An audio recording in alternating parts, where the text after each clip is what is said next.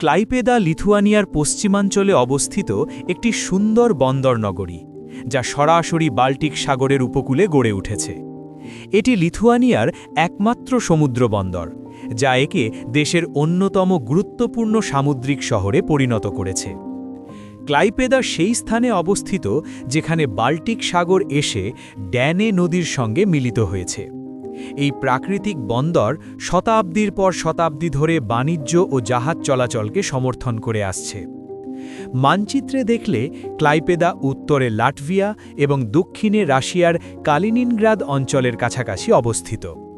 এই কৌশলগত অবস্থান লিথুয়ানিয়াকে সমুদ্রপথে উত্তর ও পশ্চিম ইউরোপের সঙ্গে যুক্ত করে।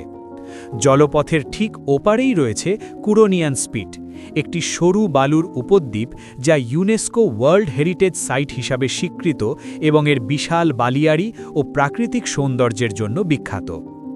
উপকূলীয় অবস্থানের কারণে ক্লাইপেদার জলবায়ু শীতল ও সামুদ্রিক প্রকৃতির। এখানে রয়েছে তাজা সমুদ্রের বাতাস এবং শক্তিশালী নাবিক সংস্কৃতি।